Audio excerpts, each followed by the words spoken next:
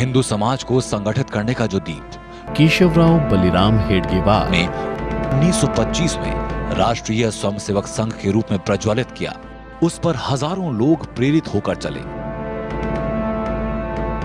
संगठन के इसी भाव को संजोए अपना संपूर्ण जीवन देश और समाज हेतु समर्पित करने वाले तपस्वी का नाम है मुरलीधर दत्तात्रेय देवरस, जिन्हें हम उनके उपनाम भाऊराव देवरस के रूप में जानते हैं।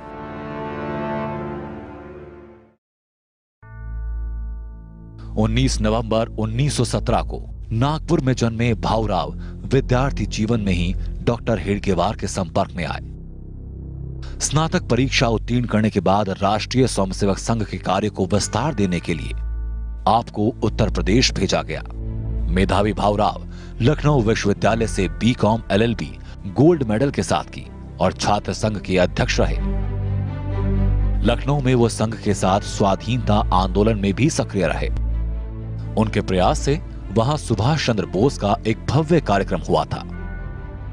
वो एक कुशल संगठनकर्ता एवं हजारों युवाओं के प्रेरणा स्रोत हैं, जिनकी प्रेरणा से पंडित दीनदयाल उपाध्याय, अटल बिहारी वाजपेयी, रज्जू भैया और अशोक सिंघल सरीखे अनेक युवा राष्ट्र निर्माण को प्रेरित हुए।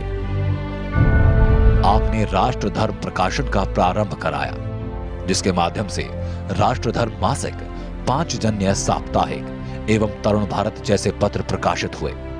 शिक्षा के क्षेत्र में सरस्वती शिशु मंदिर की स्थापना का महान कार्य दूरदृष्टा भाऊराव देवरस द्वारा कराया गया। उत्तर प्रदेश में संघ कार्य को दृढ़ करने के बाद भाऊराव क्रमशः बिहार, बंगाल और पूर्वोत्तर भारत के क्षेत्र प्रचारक तथा फिर राष्ट्रीय स्वयंसेवक संघ के सह सरकार्यवाह बनाए गए। 1992 में उनके देहांत के पश्चात उनके सेवा भाव का स्मरण करते हुए और उनके बताए मार्ग पर स्वयं चलने एवं अन्य को भी प्रेरित करने के लिए 29 दिसंबर 1993 को पूर्व प्रधानमंत्री अटल बिहारी वाजपेयी की अध्यक्षता में भाऊराव देवरस सेवा न्यास की स्थापना की गई। नगर की झुग्गी और झोंपड़ी में रहने वाला समाज जो आर्थिक दृष्टि से कमजोर है, वो चिकित्सा के लिए तरस रहा है, शिक्षा के लिए तरस रहा है। भाऊराव देवरस सेवा न्यास का गठन भी एक सामाजिक संस्था के रूप में समाज के सहयोग से काम करने के लिए खड़ी हुई है और उसका दायित्व अपने हाथ में लिया है। न्यास का मूल उद्देश्य सामाजिक एवं आर्थिक दृष्टि से पीड़ित, शोषित तथा उपेक्षित वर्ग के लोगों का सर्वांगीण विकास और इसके लिए शिक्षा, स्वास्थ्य और संस्कार केंद्रों के माध्यम से विविध सेवा प्रकल्पों को संचालित करना तथा जन जागरण हेतु विभिन्न प्रकार के आयोजन करना। न्यास प्रतिवर्ष 7 युवा साहित्यकारों को एवं 2 सेवावृत्तियों को उनके उत्कृष्ट कार्यों के लिए एवं अन्य को प्रेरणा देने के भाव से सम्मानित करने का काम करता है।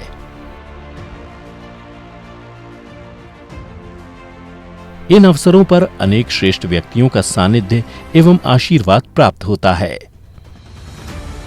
इसके अतिरिक्त जम्मू कश्मीर एवं पूर्वोत्तर राज्यों के निर्धन मेधावी छात्रों को प्रतिवर्ष छात्रवृत्तियों के माध्यम से आर्थिक सहायता देने का काम भी न्यास करता है। वर्ष 2020 तक 990 छात्रों को छात्रवृत्तियां प्रदान की जा चुकी हैं। इसके साथ अनेकों अन्य संस्थाओं को भी विभिन्न प्रकार के सहयोग संस्थान वार्षिक रूप से करता रहता है।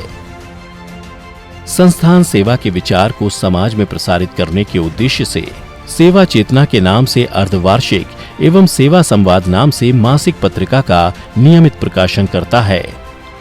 नेत्रहीनों को दृष्टि देने के भाव से निःशुल्क मोतियाबिंद नेत्र चिकित्सा शिविरों का आयोजन कर सैकड़ों निर्धन असहाय महिला पुरुषों को नेत्र ज्योति प्रदान करने का काम भी प्रतिवर्ष चलता है।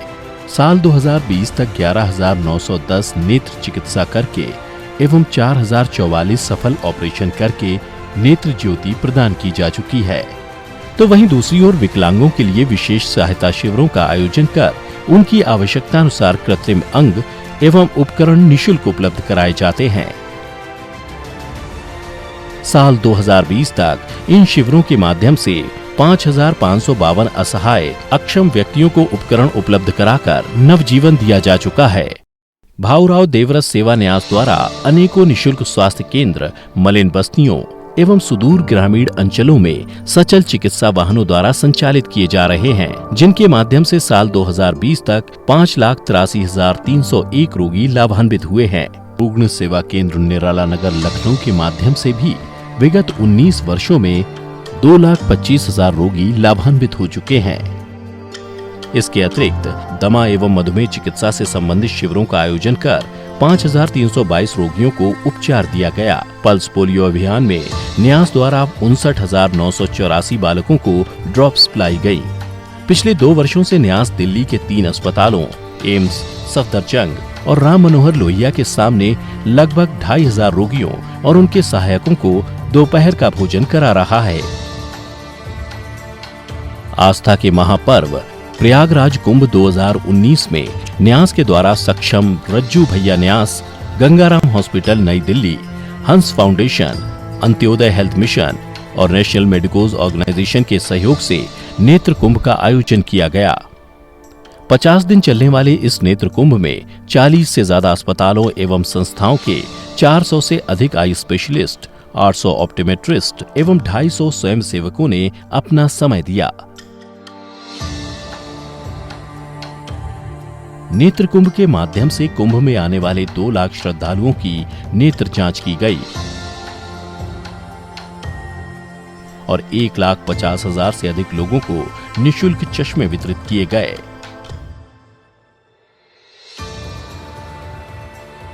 महामना शिक्षण संस्थान महामना मदन मोहन मालवीय जी के आदर्शों से प्रेरित व्यक्तियों द्वारा समाज के अति निर्धन छात्रों को इंजीनियरिंग तथा मेडिकल एवं अन्य प्रतियोगी परीक्षाओं में प्रवेश हेतु तैयारी कराने के उद्देश्य से महामना शिक्षण संस्थान का गठन लखनऊ में किया गया है।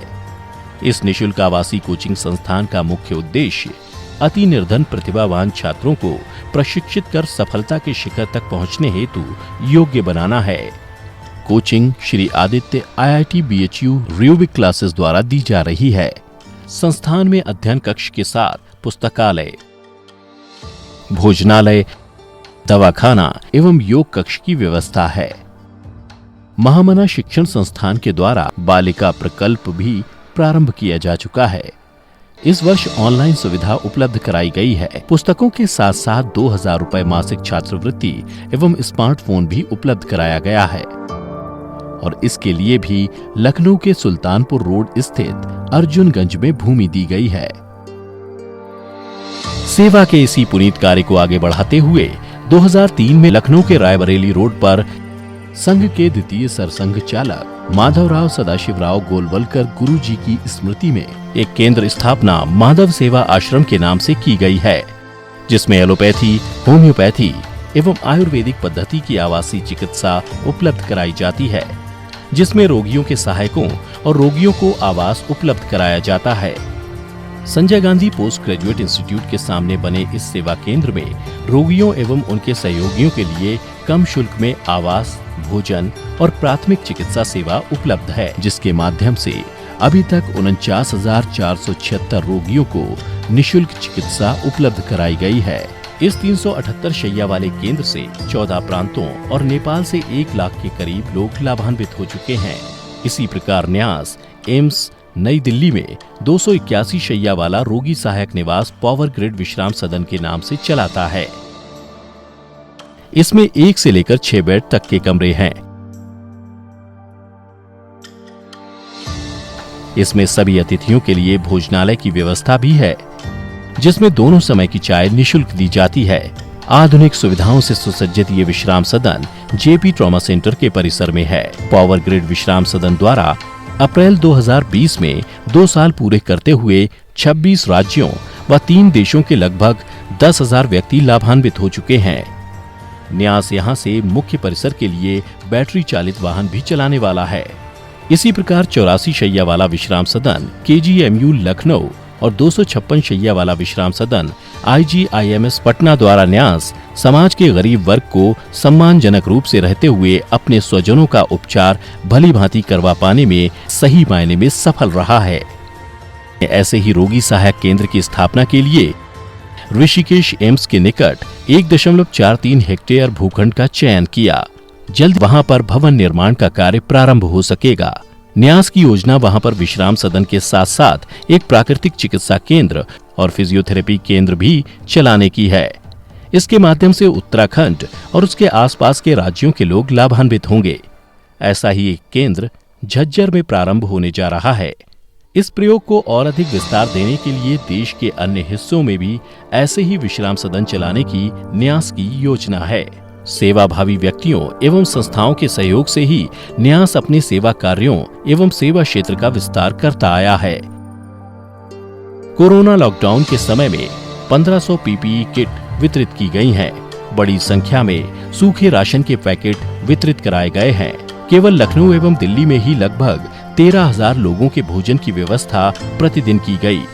उसके अतिरिक्त बीमार और जरूरतमंद लोगों को दवा भी वितरित की गई। सेवा के क्षेत्र में आधारभूत कार्यों को जन सहयोग से फलीभूत करते हुए एक मिसाल बनकर हम सभी के समक्ष हैं, जिसके लिए आवश्यकता है संकल्पित एवं सेवाभावी कार्यकर्ताओं की और तन मन धन से समाज में काम करने वाले सेवावृत्तियों की। सेवा के मंत्र को जन जन तक पहुंचाने को भाऊराव देवरस न्यास संकल्पित है। आप सभी सुधीजनों का आगे भी हमें सहयोग प्राप्त होता रहेगा, ऐसा हमें पूर्ण विश्वास है।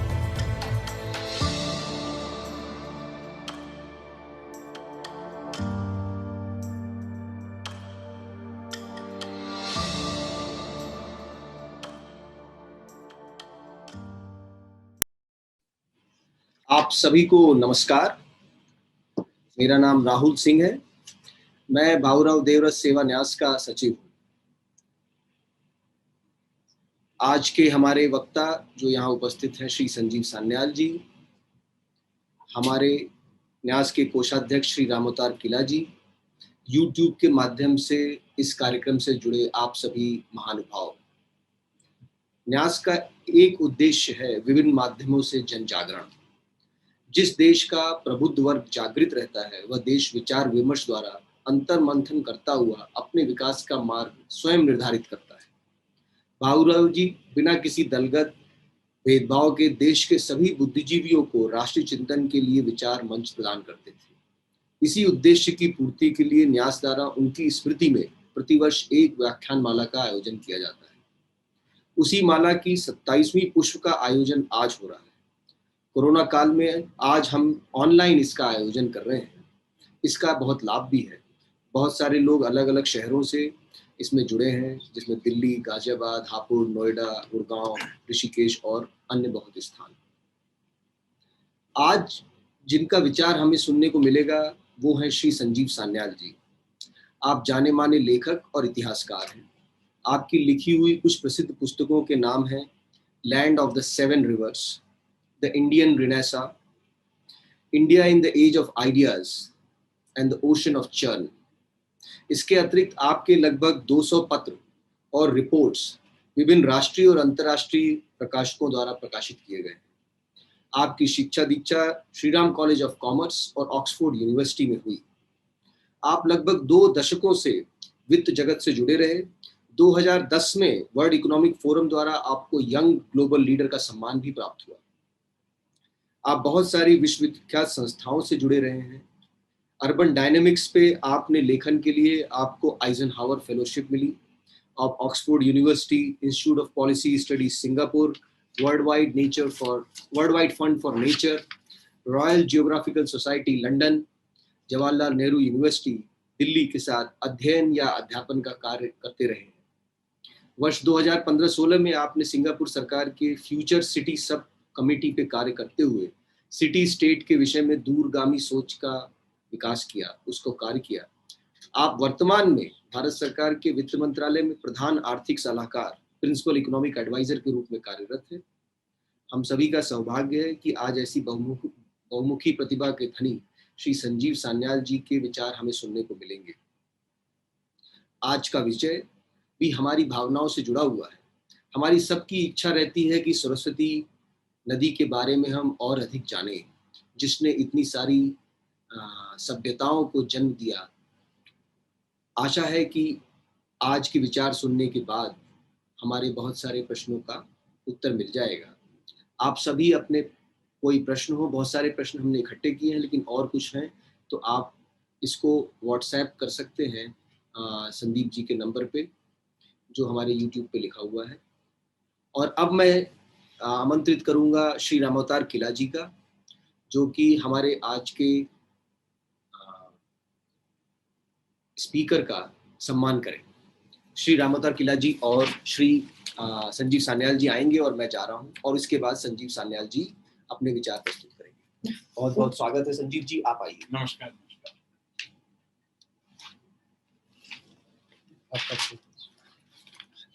Thank you.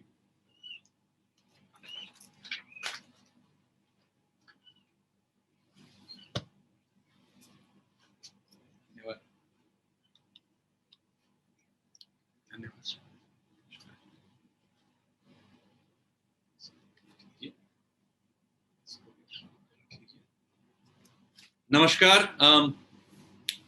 भावराव देवरस जी की स्मृति में रखे गई इस स्मृति व्याख्यान में बोलना एक सम्मान की बात है। इसलिए सबसे पहले मैं भावराव देवरस सेवा न्यास को मुझे यहाँ आमंत्रित करने के लिए आभार व्यक्त करना चाहता हूँ। आज मेरे व्याख्यान का जो विषय है वो है सरस्वती नदी, जो भारतीय सभ्यता की जननी है। हमारे ग्रंथों में सरस्वती नदी की तो बहुत सारे चित्रण किया गया है, उसका उल्लेख है, लेकिन आज यह सरस्वती नदी लुप्त हो चुकी है। तो मैं आज के इस मेमोरियल स्पीच में क्या करूंगा कि आपके सामने मैं वो प्रमाण सामने रखूंगा कि इस नदी की वास्तविकता क्या है, कि ग्रंथों में इसके बारे में क्या लिखा गया है, हमारे आर्कियोलॉजी से इसके क्या अवशेष मिले हैं, और वैज्ञानिक क्या प्रमाण है इसकी वास्तविकता के बारे में। तो मेरे पास एक प्रेजेंटेशन है, मैं उसको अभी शेयर करूंगा, जिससे आप उसके जो नक्शे हैं और मैंने जो प्रमाण है मैं उनको आपके सामने रखूंगा।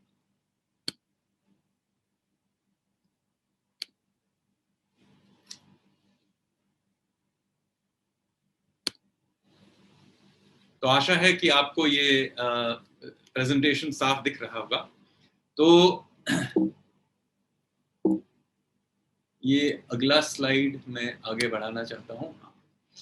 तो सबसे पहले आपको ये जानने की जरूरत है कि सरस्वती नदी के बारे में हमारे ग्रंथों में बहुत जगह में बहुत सारा प्रमाण सबूत लिखा गया है, उसका मिलता है। लेकिन दुख की बात यह है कि ब्रिटिश कॉलोनियल और वामपंथी इतिहासकार हमेशा हमें ये कहते आ रहे हैं कि ये नदी एक काल्पनिक नदी है, जो ये इसकी कोई वास्तविकता ही नहीं है, और है भी तो ये कहीं मध्य एशिया में कोई एक नदी किसी जमाने में थी। तो मैं आपको पहले से ही दिखाना चाहता हूं कि हमारे जो सबसे पुराने ग्रंथ हैं उनमें सरस्वती नदी का स्पष्ट उल्लेख किया गया है। तो सबसे हमारे जो सबसे पुराने प्राचीन ग्रंथ जो हैं वो है हमारे वेद, और उनमें से भी ऋग्वेद जो सबसे प्राचीन माना जाता है। तो आप ऋग्वेद में देखेंगे तो ऋग्वेद में 45 श्लोक ऐसे हैं जहां सरस्वती नदी की स्तुति की गई, और ऋग्वेद में सरस्वती का उल्लेख 72 बार किया गया है, और इनमें से 3 ऐसे श्लोक हैं जो पूर्णतः सरस्वती की को ही समर्पित हैं। तो ये कोई मामूली नदी नहीं है, इसका बहुत ही महत्व है, और इसको बहुत तरीके से इसका वर्णन किया गया है, इसके चित्रित है। जैसे लिखा गया है कि ये महाप्रलय है, ये महान से भी महान सबसे वेगवती नदी है, अनंत अखंड प्रचंड।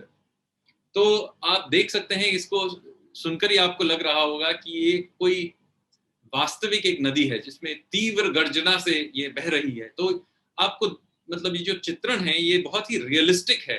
ये कोई काल्पनिक नदी की का ये कोई ये चित्रण नहीं है। और ये भी याद रखिए कि ये जो ऋग्वेद के जो जिन्होंने भी इनको इसका संकलन किया था, ये याद रखिए कि ये यमुना, गंगा, सिंधु जैसे चौड़े बड़े नदियों से भी ये परिचित थे। तो ऐसा नहीं है कि ये मतलब किसी छोटी मोटी नदी को देख के ये बहुत आसानी से इम्प्रेस होने वाले थे, ऐसे लोग नहीं थे। ये बड़ी बड़ी नदियों को ये देख चुके थे, से परिचित थे। तो ये प्रश्न ये उठता है कि अगर इतनी बड़ी एक नदी थी तो वो कहाँ थी। तो मैं इसके बारे में आपको अभी प्रमाण दिखाता हूं। तो कुछ इतिहासकार, वामपंथी इतिहासकार, आजकल जब मैं ये सब सबूत दिखाता हूं कि देखिए ये एक वास्तव में एक ऐसी कोई नदी थी, तो वो कहते हैं हाँ शायद ऐसी कोई नदी थी, काल्पनिक शायद नहीं है, लेकिन ये मध्य एशिया या अफगानिस्तान में ऐसी कोई नदी होगी जिसके आधार पे ये जो लिखी गई है। तो मैं ये कहता हूं कि देखिए ऐसा है कि ऋग्वेद में बहुत साफ दिया गया है कि ये इसका लोकेशन कहाँ है, सरस्वती नदी की। और एक नदी स्तुति सूक्त है जहां इसका जो एक एकदम स्पष्ट लिखा हुआ है कि ये नदी कहाँ है। तो आप यहाँ मैंने नदी स्तुति सूक्त का ये आपको यहाँ पूरा इसका पूरा फॉर्म दे दिया है। आप उसका ऋग्वेद में कहाँ एग्जैक्टली कहाँ है आप देख लीजिएगा। आप स्वयं जाके ऋग्वेद को खोल के इसको ढूंढ के पढ़ सकते हैं। उसका अनुवाद ये है कि हे गंगा, यमुना, सरस्वती, शुतुद्रु यानी सतलेज, परुष्णी यानी रावी, अस्कनी यानी चेनाब के साथ रहने वाली वृद्धा इत्यादि। मतलब ये नदियों की ये एक लिस्ट है और ये लिस्ट पूर्व से पश्चिम की ओर जा रही है। आपको ये साफ दिख रहा होगा। तो अगर ये लिस्ट में पूर्व से पश्चिम जाने वाली अगर ये साफ लिस्ट है तो आप देखिए ये कहाँ सरस्वती नदी है। ये यमुना और सतलेज के बीच में है, ये भी साफ है। अब आगे चलिए, ऋग्वेद में ही ये कहा गया है कि ये सरस्वती नदी पहाड़ को चीरती हुई, अपने लहरों से चीरती हुई निकल रही थी। तो एक और हमको मालूम है कि ये किसी पहाड़ियों से चीरती हुई निकल रही है। और साथ साथ ये भी बताया जा रहा है ऋग्वेद में ही कि ये पर्वतों से सागर तक परम पावन नदी सरस्वती ने ही प्रार्थना को सुना। तो इस प्रार्थना को सुना। तो ये मेरा ये इतना ही कहना है कि ये पर्वतों से सागर तक, तो ये भी साफ है कि ये पर्वतों से सागर तक ये बहती थी। हाँ ठीक है। तो आप प्रश्न ये है कि ऐसी कौन सी नदी है जो इस तरीके का है, जो पहले बहुत बड़ा सा है, बड़ी सी नदी है, ये यमुना और सतलेज के बीच है और पहाड़ों से समुद्र तक बहती है। तो यही हम लोगों को एक कोई नदी का कोई इसके लिए प्रमाण चाहिए ना। तो फिर आप देखिए, हम लोगों ने इसरो के सैटेलाइट चित्र से और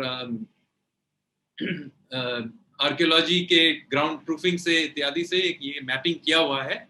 आप स्वयं इसको गूगल मैप्स में भी देख सकते हैं, कोई बहुत कठिन चीज नहीं है। लेकिन ये आपको हरा सा ये जो लाइन दिख रहा है, ये उनकी जो पेलियो चैनल्स हैं उनको इस नक्शे में हम लोगों ने दिखाया गया है कि ऐसी एक नदी थी। अभी वो हम लोग इसको घग्गर के नाम से जानते हैं और ये बरसात में कुछ दिनों के लिए आज भी बहती है। लेकिन आप देख सकते हैं कि जिस तरीके से वहाँ शुरू में हमारे जो इसका जो वर्णन है वो उसको एग्जैक्टली ये फिट करता है।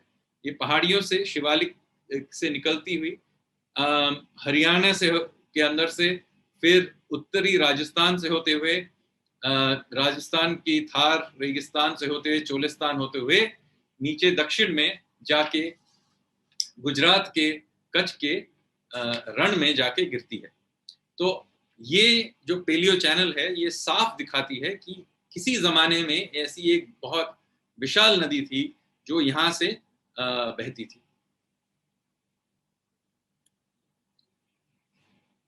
और इस विशाल नदी का आर्कियोलॉजिकल अवशेषों से इसका क्या ताल्लुक है? तो यहां भी हम दिखा रहे हैं कि सिंधु सभ्यता की जो प्रमुख स्थल हैं, जो यहाँ बस्तियां थीं, उनमें से आप देखिएगा कि 1/3 से ज्यादा ये सरस्वती यानी घग्गर के किनारे पे ही स्थित है। आप देख रहे हैं इस नक्शे में बहुत साफ से दिख रहा है कि इसकी जो बस्तियां, जो शहर, जो अवशेष हैं, वो ज्यादातर इसी घग्गर या सरस्वती के धारा से ही जुड़ी हुई हैं। ये बहुत ही कम ऐसे स्थल हैं जो सिंधु नदी से जुड़ती हैं। तो आपको ये दिख रहा है कि ये जो भी ये सभ्यता थी, इसका कोई तो एक संबंध होगा ये सरस्वती नदी के साथ। और ये सब हरियाणा, भारतीय पंजाब, उत्तरी राजस्थान और पाकिस्तान के चोलिस्तान रेगिस्तान से ये दिखती हैं, और कुछ वैसे गुजरात में भी हैं। एक चीज आपको इसमें याद रखना पड़ेगा कि आप जो ये लैंडस्केप देख रहे हैं वो उस जमाने में, मतलब ताम्र युग में जब ये नदियां बह रही थी, उस युग में जो वहाँ की जलवायु इत्यादि जो थी वो आज से काफी भिन्न थी। तो इसको समझने के लिए मैंने एक उदाहरण के लिए आपको एक नक्शा दिखाया है कि उस ताम्र युग में गुजरात कैसा दिखता था। तो एक तो याद रखिए कि समुद्र का जो लेवल था वो आज से कहीं ऊपर था, और ये दो नदियां बह रही थी, एक सिंधु और सरस्वती, दोनों ही कच्छ के इस रण में जाके गिरती थी। तो इससे क्या होता था कि इस जो क्षेत्र की बात कह रहा हूँ, वहां की जलवायु आज से कुछ भीगी सी थी। तो आपको अभी वहां जाके रेगिस्तान दिखता है, लेकिन उस जमाने में ये आपको सुंदरबन जैसा दिखता होगा, क्योंकि ये एक डेल्टा की तरह, डेल्टा या एस्चुरी सा था। और यहाँ आपको काफी सारा हेविली फॉरेस्टेड एरिया भी मिलेगा, यहाँ काफी वन इत्यादि भी थे। तो आज के रेगिस्तान को देख के ऐसा मत सोचिए कि उस जमाने में भी ऐसा ही यहाँ का जलवायु था।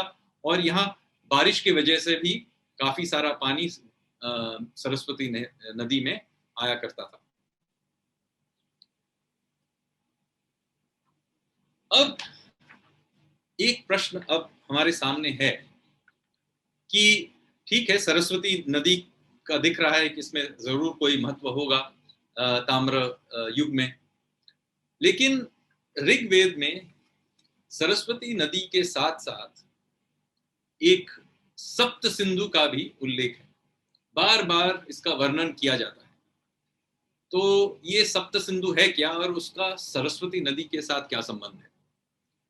तो सप्त सिंधु का ये हम जो अगर पढ़ते हैं तो कभी कभी कुछ लोग, कुछ विशेषज्ञ ये कहेंगे कि सप्त सिंधु शायद सरस्वती के साथ तो इसका संबंध है ही, क्योंकि जहां भी आप पढ़ेंगे तो सरस्वती के साथ इसका संबंध है। लेकिन बहुत विशेषज्ञ ये कहेंगे कि फिर ये 7 नदियां कौन है? तो एक तो रही ये सरस्वती, लेकिन फिर ये इसको जोड़ने की कोशिश करते हैं पंजाब की नदियों के साथ। वो कहेंगे कि पंजाब की 5 नदियां और सिंधु को मिला के आपको 7 नदियां मिल जाएंगी। लेकिन ऋग्वेद में और बाद में महाभारत में अगर आप पढ़ेंगे तो आपको ये जो पंजाब के साथ इसका जो कोई संबंध नहीं दिखेगा। जितना दूर मुझे समझ में आ रहा है ऋग्वेद को पढ़ के, और मैं आपको दिखाता हूँ, आपको उदाहरण भी देता हूँ, कि हर जगह में ये जो वर्णन है ये ऐसी दिखती है कि ये जो 7 नदियां थी, मतलब सरस्वती तो एक हुई, तो बाकी जो 6 नदियां थी ये उप नदियां थी जो सरस्वती में जाके मिलती थी। मतलब ये सिर्फ सरस्वती और उसकी उपनदियों के बारे में है। और ये जरूरी है आपको समझना, क्योंकि फिर आप समझ पाएंगे कि ये जो क्षेत्र आप सप्त सिंधु का है ये बहुत ही सीमित क्षेत्र है। तो मैं एक उदाहरण देता हूं ऋग्वेद से। यहाँ है अति श्रेष्ठ सातवीं नदी सरस्वती, सिंधु माता, शोभन धाराओं वाली सरिता, सरस्वती प्रचुर जल व दुग्ध से भरी नदियां एक साथ आवे। तो इससे मतलब हो रहा है कि ये जो अलग से जो ये 6 नदियां थी ये सरस्वती में जाके मिल रही हैं। तो ये बहुत ही साफ है, इसमें दिख रहा है। तो इससे एक चीज साफ है कि ये जो हम क्षेत्र सप्त सिंधु का है ये एक सीमित क्षेत्र है और ये सिर्फ सरस्वती और उसकी जो नदियां हैं उसी के साथ इसका संबंध है। तो अब महाभारत में भी देखेंगे तो ऐसा ही लगता है। तो आप महाभारत में जानते होंगे कि बलराम जी जो श्री कृष्ण के बड़े भाई थे वो युद्ध कुरुक्षेत्र के युद्ध के समय एक तीर्थ पे गए थे और वो सप्त सारस्वत या सप्त सिंधु में तीर्थ में गए थे। और वहां भी अब देखेंगे तो उन 7 नदियों का उल्लेख है। तो कौन सी नदियां हैं? तो ये हैं सुप्रभा, कांचनाक्षी, विशाला, मनोरमा, सरस्वती, ओघावती, सुरेणु और विमलोदका। अब ये 7 नदियां रही। अब सरस्वती तो आपने जानते ही है कहाँ है। अब बाकी नदियां कौन सी हैं? तो पहले तो ये साफ है कि ये सिंधु नदी और पंजाब की नदियों से इसका कुछ लेना देना नहीं है, यमुना भी नहीं है। तो ये बाकी 6 नदियां कहाँ हैं? तो दुख की बात है कि सब नदियों के बारे में हम आज नहीं जानते, लेकिन एक नदी का उल्लेख एकदम साफ है। इसमें लिखा गया है कि जो ओघावती नदी थी वो कुरुक्षेत्र से होके बहती थी। तो कम से कम एक नदी का हम लोग जानते हैं कि ये हरियाणा से कुरुक्षेत्र से ही बहने वाली नदी थी। तो फिर से आपको दिख रहा है कि हम लोग जिस क्षेत्र के बारे में बात कर रहे हैं ये मोटा मोटी ये आज के जो हरियाणा क्षेत्र है शायद पंजाब और पूर्वी पंजाब और राजस्थान के उत्तरी भाग से भी कुछ इसका लेना देना है, लेकिन फिर भी ये सीमित क्षेत्र है। और अलग से भी आपको ये सुनने को मिलेगा कि ये जो ब्रह्मवर्त है ये सरस्वती और दृषद्वती जो और एक सूखी सी धारा है उन दोनों के बीच में है, और ये भी वही ये हरियाणा क्षेत्र से ही इसका संबंध है।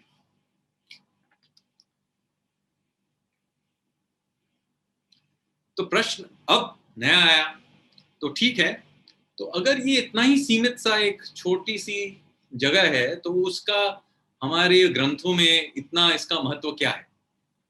और इसके लिए आपको मुझे एक दिलचस्प सा एक थोड़ी सी कहानी बतानी पड़ेगी। ये देखिए, ये है कि ये जो सप्त सिंधु ये जो क्षेत्र है उसका ये महत्व है कि ये एक जनजाति की मातृभूमि थी और जनजाति का नाम है भारत यानी या त्रुत्सु। अब नाम आपको समझ में ही आ रहा होगा कि इसका कुछ महत्व होगा, क्योंकि इस छोटी सी जनजाति का नाम आज पूरे भारत का नाम इसी नाम से हम जानते हैं। लेकिन उस ऋग्वेद के काल में उस समय सिर्फ एक छोटी सी एक जनजाति से ही ये जुड़ी हुई थी ये नाम। तो फिर इस जनजाति का हमारे इतिहास में क्या इसका क्या रोल रहा है? तो इसके लिए आपको ये समझाना पड़ेगा कि ये जो जनजाति है उस जनजाति का हमारे इतिहास के एक सबसे प्राचीन राजनीतिक घटना से संबंध है। और ये हम कह सकते हैं कि ये निश्चित है कि ये घटना घटी थी। तो ये सबसे प्राचीन घटना है जिसके बारे में हम निश्चित तरीके से कह सकते हैं। और वो क्या है? ये ऐसा हुआ कि ये जो जनजाति थी वो उसका जो ये राजा कह सकते हैं, चीफ्टन, उसका नाम था सुदास। तो और उनके गुरु थे वशिष्ठ, ऋषि वशिष्ठ। तो सुदास और ऋषि वशिष्ठ, ये इन पे एक आक्रमण हुआ। 10 राजाओं के एक महागठबंधन ने इन पे आक्रमण किया, और वो भी पश्चिम की तरफ से।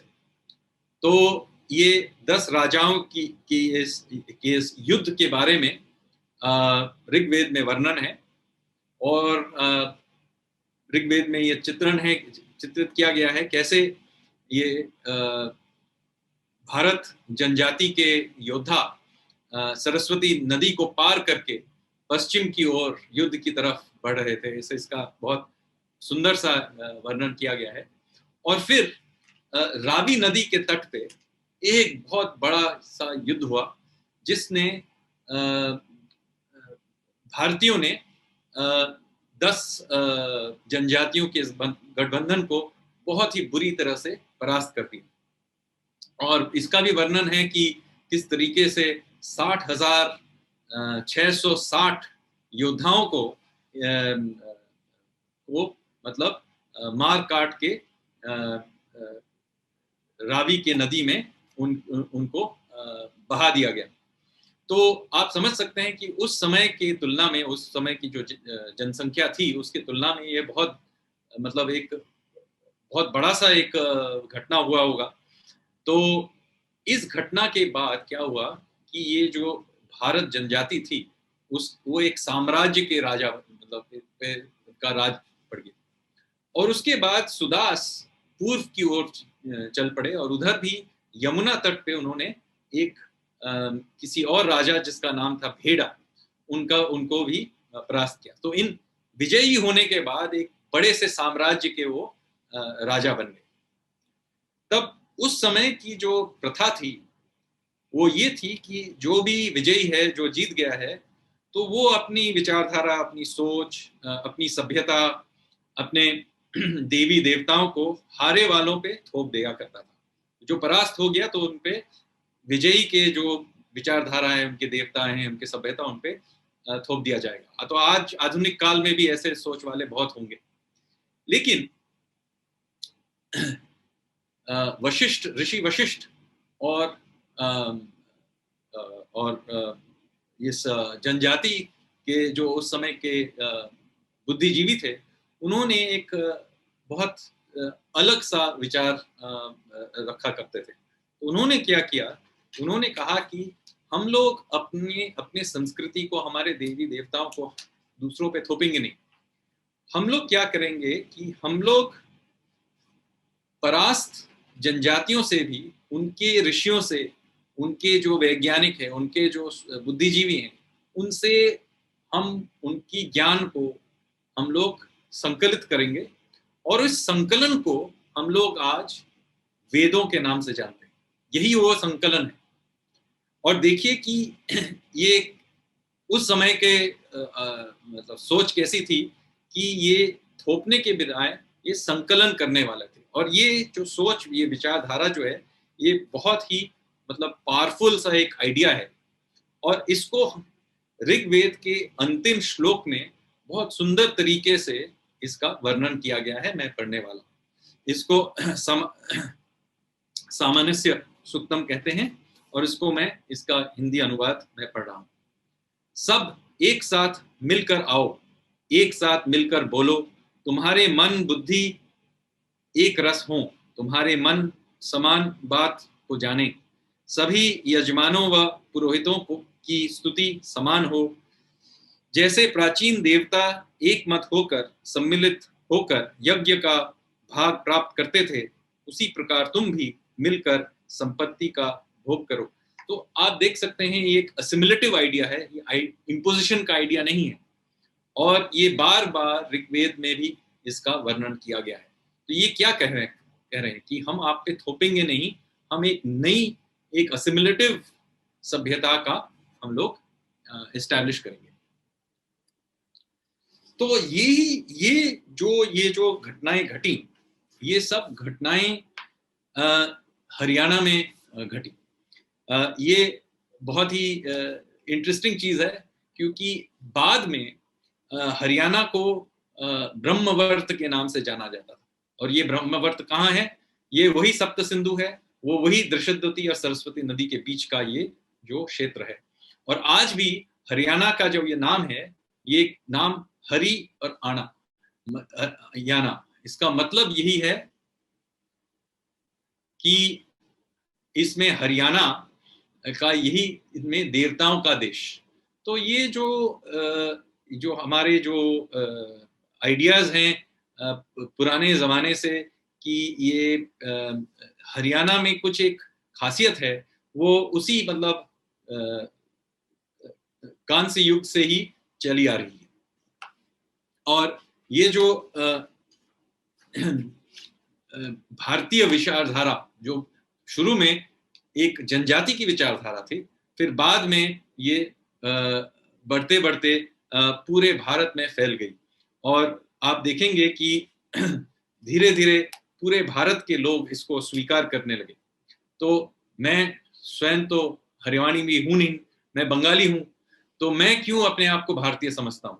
इसलिए समझता हूं कि मेरे पूर्वजों ने इस भारतीय विचारधारा को, इस जनजाति की विचारधारा को अपनाया था, और चूंकि उन लोगों ने अपनाया था तो उस कारण से मैं भी भारतीय हो गया हूं। तो देखिए कि एक सप्त सिंधु, एक 7 नदियों की जो ये कॉन्सेप्ट थी, वो भी फिर सरस्वती नदी के अपने नदियों से बढ़ के कैसे बाद के जो ग्रंथ हैं उनमें कैसे ये सप्त सिंधु का जो वर्णन है वो कुछ अलग सा हो जाता है।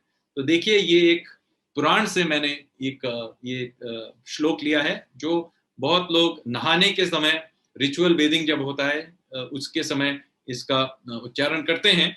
तो इसमें देखिए ये 7 नदियों का के नाम, तो ये है, ये गंगे च यमुने चैव गोदावरी सरस्वती नर्मदे सिंधु कावरी जलस्मिन् सन्निधि कुरु। आपने ये पहले भी सुना होगा, बहुत सारे यहाँ श्रोता होंगे जिनको ये मालूम भी होगा। इसका मतलब ये है कि गंगा यमुना गोदावरी सरस्वती नर्मदा सिंधु कावेरी नदियां, इस जल में आप सभी निवास करो। तो देखिए कैसे एक छोटी सी क्षेत्र से सप्त सिंधु का जो कॉन्सेप्ट है ये कैसे पूरे भारतवर्ष में फैल गया। अगले स्लाइड में ले जाइए। तो अब मैं आपको वैज्ञानिक अनुसंधान से इस सरस्वती नदी के बारे में क्या प्रमाण है उस पे थोड़ा सा आपको प्रस्तुत करूंगा। तो आपको मैंने पहले ही नक्शे में दिखा दिया था कि वो जो पेलियो चैनल्स कैसे हैं, बट आप याद रखिए कि ये हम हजारों सालों के बारे में कह रहे हैं, 80-90 हजार साल की एक के बारे में कह रहे हैं। तो इस लंबी से मतलब इतने काल में ये नदी कभी इधर उधर भटकती रही, क्योंकि ये पेलियो चैनल्स इधर उधर चेंज करते रहते हैं। तो आप देखेंगे यहाँ मैंने सिर्फ तीनों का ही यहाँ उदाहरण के सिर्फ लिए दिया हुआ है।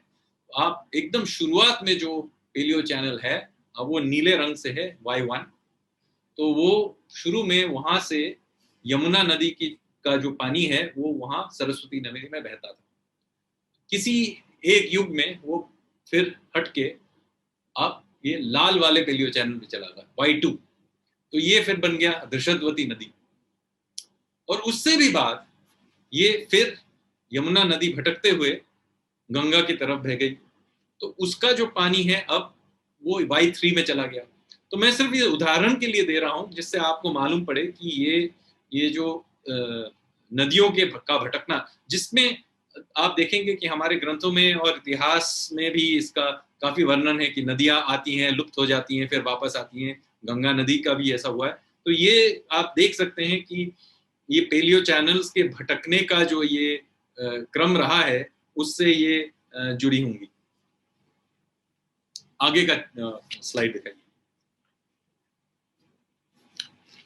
अब देखिए कि सरस्वती नदी अगर ऐसी बह रही थी तो इसका लुप्त होने का हमारे ग्रंथों में क्या लिखा गया है, क्योंकि वेदों में जो सरस्वती नदी है वो तो एकदम बह रही है पूरे दम से, मतलब उसमें ये तो साफ है कि वहां कोई लुप्त होने का कोई मतलब नाम ही नहीं है, मतलब ये तो पूरी बह रही है। लेकिन बाद के ग्रंथों और खास करके महाभारत में आप जब जाएंगे तब देखेंगे कि ये इससे कुछ धीरे धीरे बदलाव आ रहा है। तो कुछ महाभारत में भी कुछ ऐसे श्लोक हैं जिसमें लगता है कि कुछ भाग तक ये बह रही थी। जैसे एक श्लोक है अनुशासन पर्व में जिसमें लिखा गया है कि पावन सरस्वती सभी नदियों में अग्रणी है, वो सागर की ओर बहती है और वस्तुतः सभी नहरों में से सर्वप्रथम है। तो इससे दिख रहा है कि कम से कम किसी एक समय तक ये बह रही थी, और जो महाभारत के समय तक के लोग जो थे उनको ये समुद्र तक बहने का कुछ हद तक उनको या तो अपने आप का आभास था या उनको मालूम था कि किसी एक जमाने में बहती थी। लेकिन बाद में जब कुरुक्षेत्र के युद्ध के बाद जब भीम और दुर्योधन का जो युद्ध होता है, वो अपने गदा से एक दूसरे के साथ युद्ध करते हैं, तो वहां जो वर्णन है वहां ये लगता है कि ये सरस्वती नदी थोड़ी बहुत लुप्त होने लगी है, थोड़ा बहुत सूखने लगी है, क्योंकि वहां थोड़ा बहुत उसका डिस्क्रिप्शन जो है थोड़ा वो अलग सा होता जा रहा है। लेकिन आगे स्लाइड में देखिएगा कि बलराम का जो तीर्थ है उसमें सूखती हुई सरस्वती का साफ साफ वर्णन है। उसमें दिख रहा है कि जैसे गुजरात से बलराम जी तीर्थ में निकलते हैं उत्तर की तरफ, तो वो बताते हैं कि सरस्वती के किनारे किनारे चलते हुए उन्होंने पाया कि नदी के बीच का जो भाग है वो रेगिस्तान में खो गया है, और वो ठीक उसी स्थान पे जहां से रेगिस्तान थार का जो शुरुआत है। तो मतलब आप दिख रहा है कि रेगिस्तान में जाके लुप्त हो गया। फिर फिर निकलते हैं और वो कहते हैं कि तीर्थ में बलराम ने सरस्वती को पहले ही धरती के नीचे पाया, फिर वे विनाशन गए जहां सरस्वती पूर्ण रूप से लुप्त हो चुकी थी।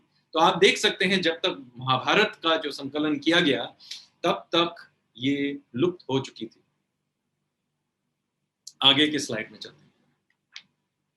तो आपको मैं घटनाक्रम के बारे में बताऊंगा, क्योंकि ये जो घटनाक्रम है उसको हम लोगों ने वैज्ञानिक तरीके से अभी ग्राउंड पे उसके वाटर और सॉइल टेस्टिंग करके निकाला है कि इसमें जो किस घटनाक्रम से किस समय और किस काल में कैसे बह रही थी सरस्वती नदी, तो हम लोगों ने निकाला है।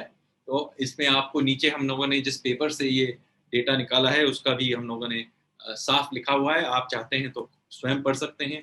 तो लेकिन ये देखिए, आज से 80,000 साल पहले वो 12 मासी ये नदी थी, और उसमें जल बरसात से ही नहीं, ये उच्च हिमालय के हिमनद यानी ग्लेशियर से इससे पानी इसमें आ रहा था।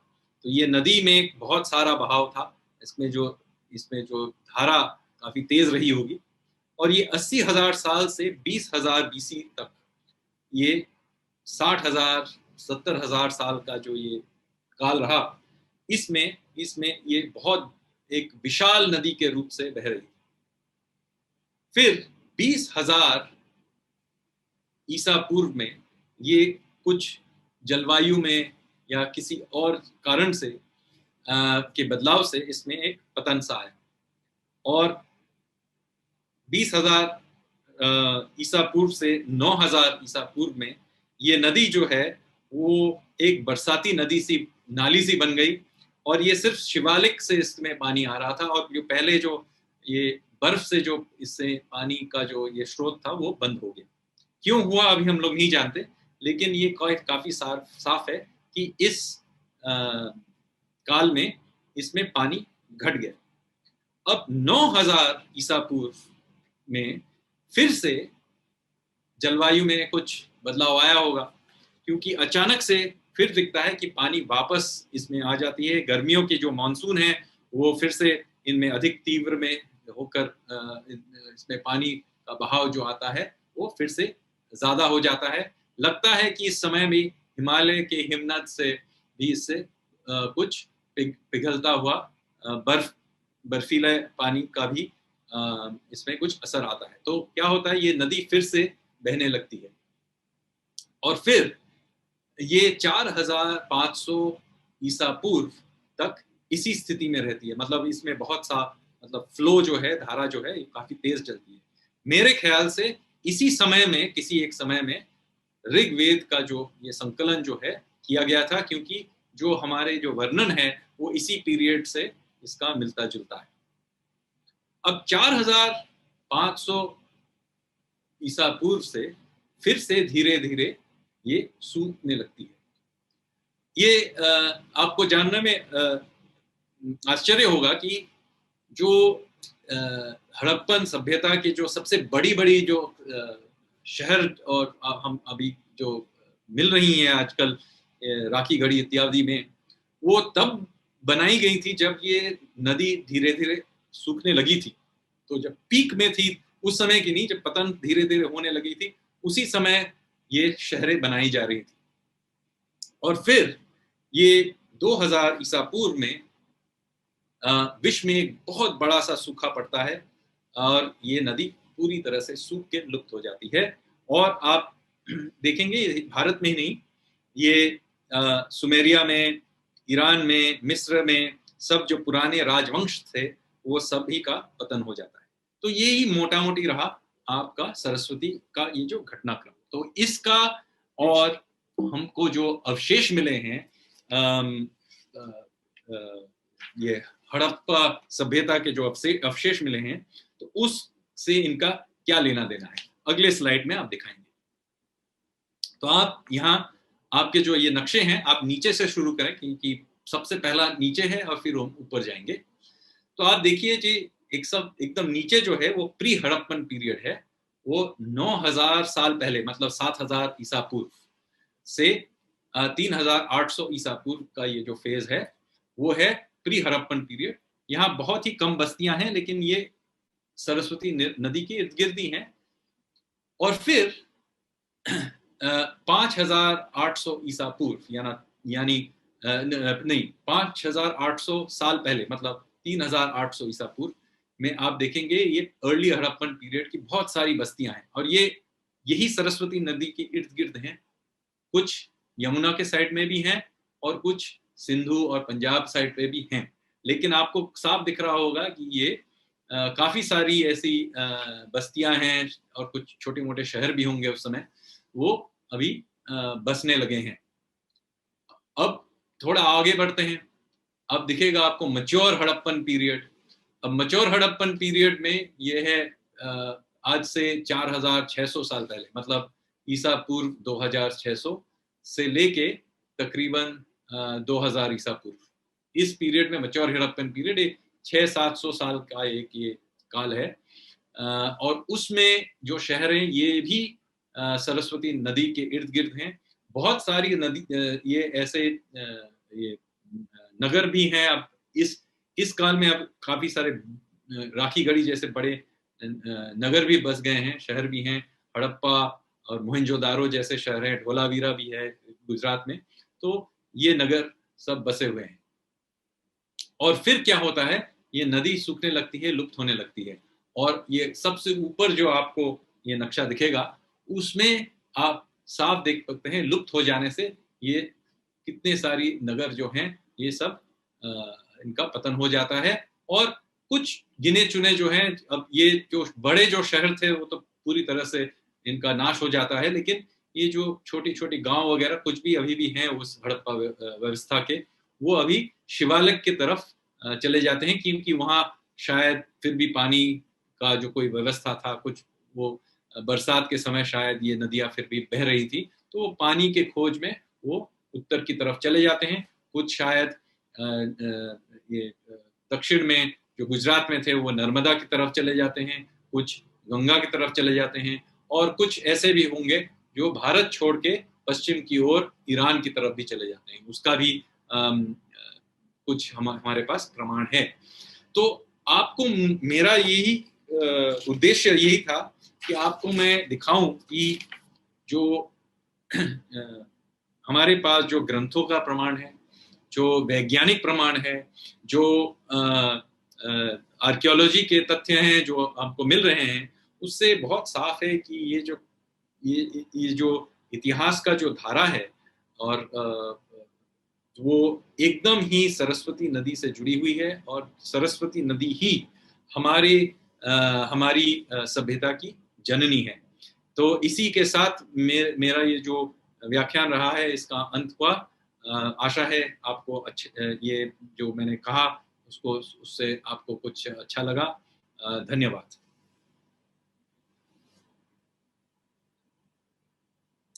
मैं अभी प्रश्नों का भी उत्तर देने को राजी हूं, तो अगर कोई प्रश्न हो तो मैं उनका उत्तर भी दूंगा।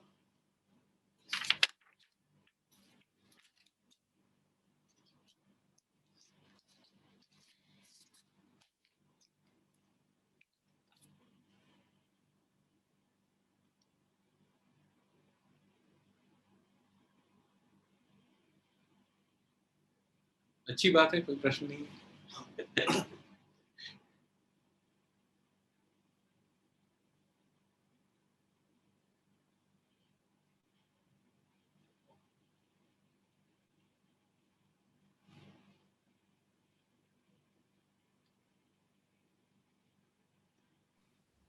एक प्रश्न पूछा था एक व्यक्ति ने, वो क्या सरस्वती नदी गंगा से ज्यादा इम्पोर्टेंट है?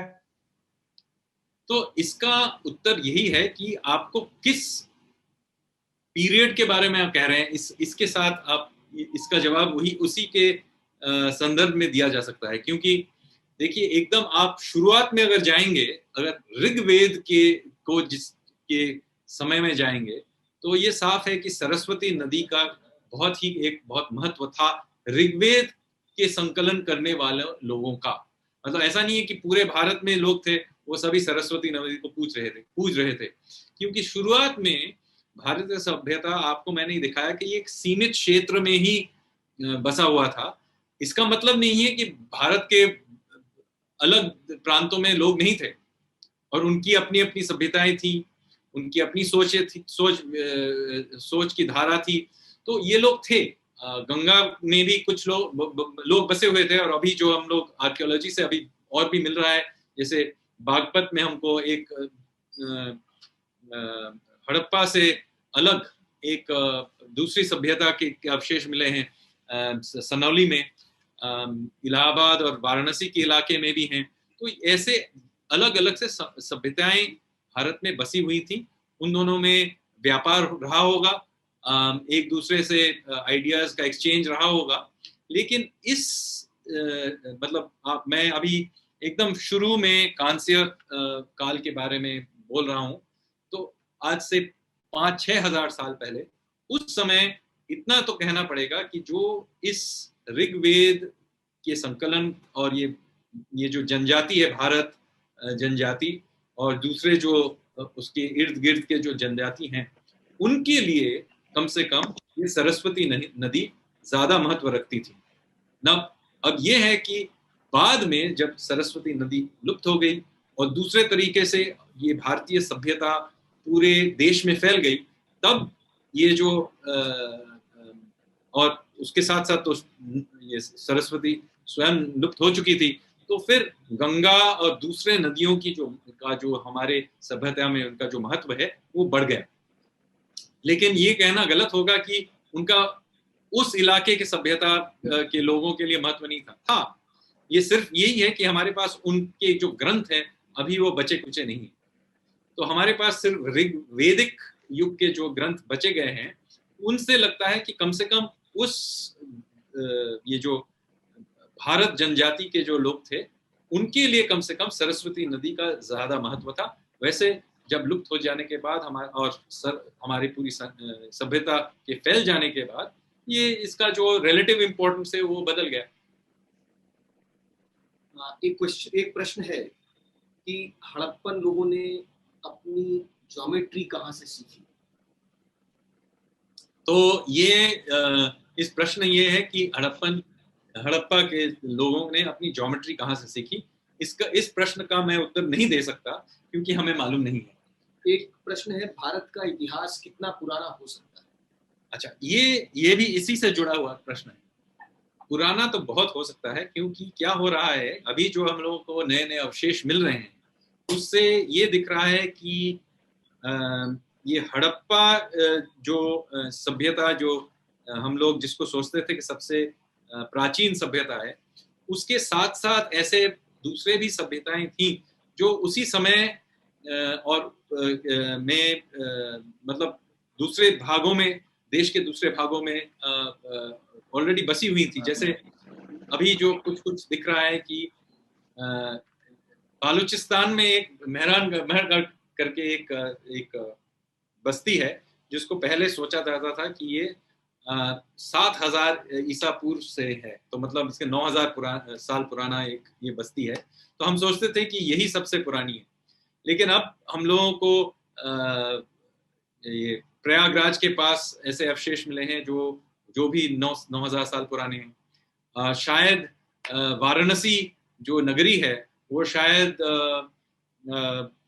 ये हड़प्पन सभ्यता के मुकाबले एक ही पीरियड से है, और कुछ कुछ एक दो भारत के अन्य प्रदेशों में भी मिल रही हैं। जैसे तमिलनाडु में एक दो साइट हैं। अभी पूरा इसका मतलब हम लोगों ने साइंटिफिक रिसर्च नहीं किया, लेकिन हो सकता है कि ये भी बहुत ही पुराने हैं, मतलब कांस्य युग से हैं। तो हो सकता है कि हमारा जो ये सभ्यता जो है ये कम से कम 7000 साल पुराना तो है ही, और ये सिर्फ ये सिंधु सभ्यता से जुड़ी नहीं हुए अलग अलग सभ्यताएं हैं जो एक साथ एक दूसरे से के साथ व्यापार करती थी और एक दूसरे के साथ ये इनका लेन देन था। लेकिन ये सभी जो हैं अभी ये बहुत ही नए से ये आर्कियोलॉजी का ये जो अवशेष मिल रहे हैं, मतलब ये पिछले 4-5 साल में ही मिल रहे हैं, तो इनका क्या लिंकेज है, ये इनका ये एग्जैक्टली इनकी सभ्यता का क्या मतलब बेसिस है, हम लोग अभी भी ठीक से नहीं जानते हैं। लेकिन इतना तो हम जानते हैं कि जैसे घोड़े और रथों का इस्तेमाल कभी कभी कहते, ये पहले पुरानी सोच थी कि ये मध्य एशिया से कोई आर्य लोग आए थे बाहर से जो घोड़े और रथ में आए थे। ऐसी बात नहीं है। सब दुनिया में सबसे पुराना जो रथ मिला है वो सनौली में बागपत में मिला, अभी 4 साल पहले, 2 साल पहले।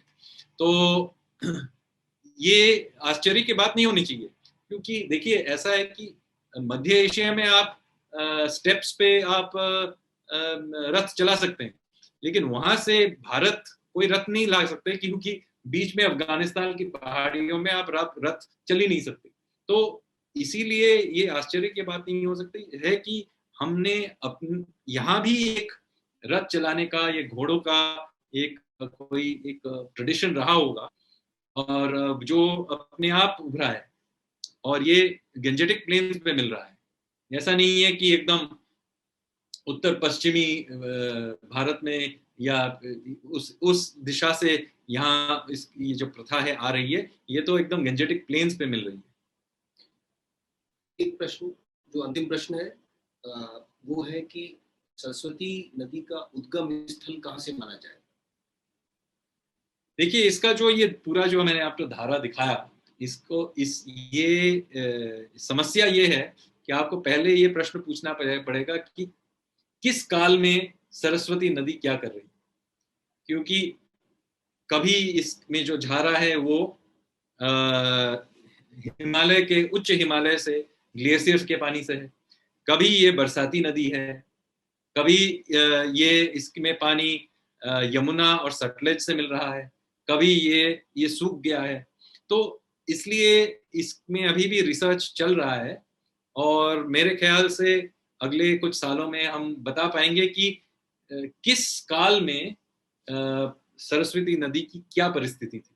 तो मैं इसमें इसीलिए मैं ज्यादा टिप्पणी नहीं करना चाहता हूँ, क्योंकि ये सही नहीं होगा। लेकिन इतना तो साफ है कि ये इस नदी के अपने मतलब अपना ही एक इतिहास है, जिसमें ये कभी ये बड़ी सी नदी थी, कभी ये सूखी सी थी। तो इसी के साथ मेरे ख्याल से ये अंतिम प्रश्न रहा। तो धन्यवाद, और वापस मैं दे देता हूं। मैं अब रंजीव जी को आमंत्रित करूंगा कि वो धन्यवाद ज्ञापन के लिए, और उसके पश्चात ये कार्यक्रम समाप्त करेंगे। नमस्ते। भाऊराव देवरस सेवा न्यास द्वारा आयोजित व्याख्यान माला में आज हम सबको आदरणीय श्रीमान संजीव सान्याल जी को सुनने का सुखद अवसर प्राप्त हुआ। आदरणीय संजीव सान्याल जी बहुमुखी प्रतिभा के धनी व्यक्ति हैं और भारतीय सभ्यता और परंपराओं के ज्ञाता हैं। पूज्य सलील सरस्वती नदी के विषय में आपका ज्ञान अद्भुत है। आज के आयोजन के लिए आपने अपना बहुमूल्य समय दिया, इसके लिए हम सब भाऊराव देवरस सेवा न्यास की ओर से आपका हृदय से आभार एवं कृतज्ञता व्यक्त करते हैं। हमें आशा ही नहीं, पूरा विश्वास है कि न्यास द्वारा आयोजित कार्यक्रमों में आप आगे भी हमारा मार्गदर्शन करते रहेंगे। इस कार्यक्रम से जुड़े सभी सुधी श्रोताओं को मैं हृदय की गहराइयों से धन्यवाद देता हूं, और इस कार्यक्रम को सफल बनाने में उन सभी व्यक्तियों को जिन्होंने प्रत्यक्ष या परोक्ष रूप से अपना बहुमूल्य योगदान दिया, उन सभी को हृदय से आभार व्यक्त करता हूं, धन्यवाद देता हूं। एक आवश्यक सूचना देना चाहता हूं इस अवसर पे, जो न्यास का एक जो नया प्रकल्प है, उसका एक कार्यक्रम जो है प्रस्तावित है मई के फर्स्ट वीक में। जैसा कि आप लोगों में से बहुत लोगों को ज्ञात होगा कि न्यास का एक नया प्रकल्प जो कि मेधावी बालिकाओं के लिए, लेकिन जो आर्थिक दृष्टि से जो कमजोर बालिकाएं हैं, उनके लिए महामना शिक्षण संस्थान बालिका प्रकल्प के नाम से शुरू हुआ है। अभी इस कोविड काल में ऑलरेडी 15 बालिकाएं जो मेरिटोरियस हैं, टैलेंटेड हैं, बट कहीं ना कहीं धन के अभाव में, संसाधनों की कमी के कारण जो ऐसी बालिकाएं जो अपना पूरा जो टैलेंट है उसका उपयोग नहीं कर पाती हैं और सफलता के उस शिखर को प्राप्त नहीं कर पाती हैं, ऐसी बालिकाओं को चयन करके हम लोग ऑनलाइन कोचिंग दे रहे हैं। और आगे इसको और सुचारू रूप से चलाने के लिए 3.5 एकड़ का लैंड अर्जुनगंज में न्यास द्वारा ईयरमार्क कर लिया गया है इस प्रकल्प के लिए, और इस प्रकल्प के भूमि पूजन का कार्यक्रम मई के फर्स्ट वीक में प्रस्तावित है। अभी फॉर्मल इनविटेशन आप सभी को अलग से भेजा जाएगा इसके लिए। आज इस अवसर पे मैं आप सभी को इस कार्यक्रम में सादर आमंत्रित करता हूं, और इस प्रकल्प के लिए आप सभी के सहयोग और आशीर्वाद की कामना करता हूं।